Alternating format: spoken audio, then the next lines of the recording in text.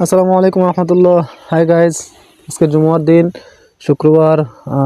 সবার জন্য শুভকামনা এবং আজকে জুমার দিন হোক বরকতময়। আল্লাহ পাক রব্বুল আলামিন আমাদের সবার দিলের নেক মাসাদকে, নেক আশাগুলো পূরণ করে নেন এবং আমাদেরকে গুণমুক্ত জিন্দিগি দান করেন। আমাদেরকে আল্লাহ পাক রব্বুল আলামিন সমস্ত ধরনের বিপদ আপদ বালা মুসিবত থেকে আল্লাহ পাক আজকের এই জুমার দিনের উসিলায় হেফাজত করেন। আজকে ফজরের নামাজটা পড়েই দেখতেছি যে নাস্তা করতে গেলাম, নাস্তা করে মানে কুয়াশাচ্ছন্ন সকালটা, এত কুয়াশা পড়তেছে। সুবহানাল্লাহ, আল্লাহ পাক রব্বুল আলামিনের একটা সৃষ্টি।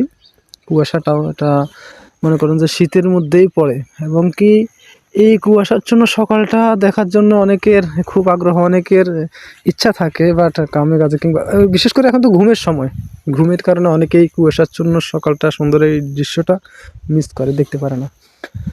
সো এই জন্য কুয়াশাচ্ছন্ন সকালটা দেখতে হলে সবচেয়ে বড় ইম্পর্ট্যান্ট হচ্ছে ফজর নামাজটা পড়া। ফজর নামাজটা যে পড়বে সেই কুয়াশাচ্ছন্ন সকালটা, ভিউটা দেখতে পারবে, দেখার সুযোগ হবে।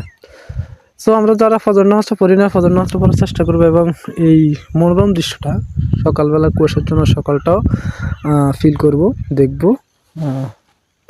তো ভিডিওটা কেমন লাগলো